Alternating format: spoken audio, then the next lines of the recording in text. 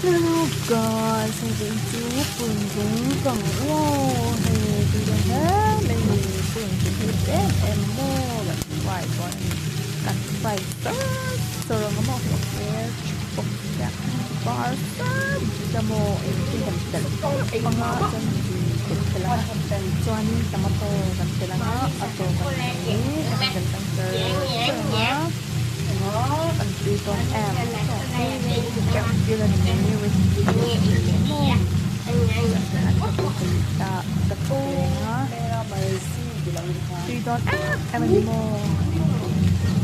กายตรงนี้คุณตรงนี้นะคุณเล่เราคอมเมนต์อีไลน์เราคอมเมนต์เราคิวไลน์เราไลค์เราคิดพวกนั้นเราไลค์เขาละ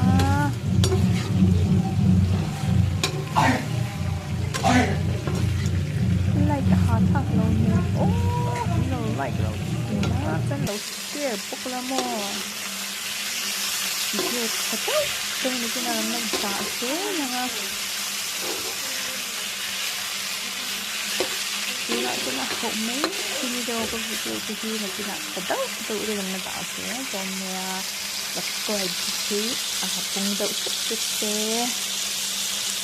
hay là cùng chế là lộn ống thôi ra là hay chiều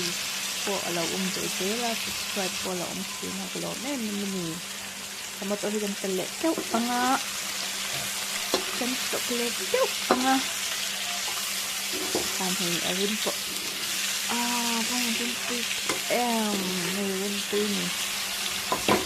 cái nghe buồn trong này là lẩu yêu tiểu u của lẩu sông hỏi trong nhá thì trong thì nhé từ bà bài u trần bà bài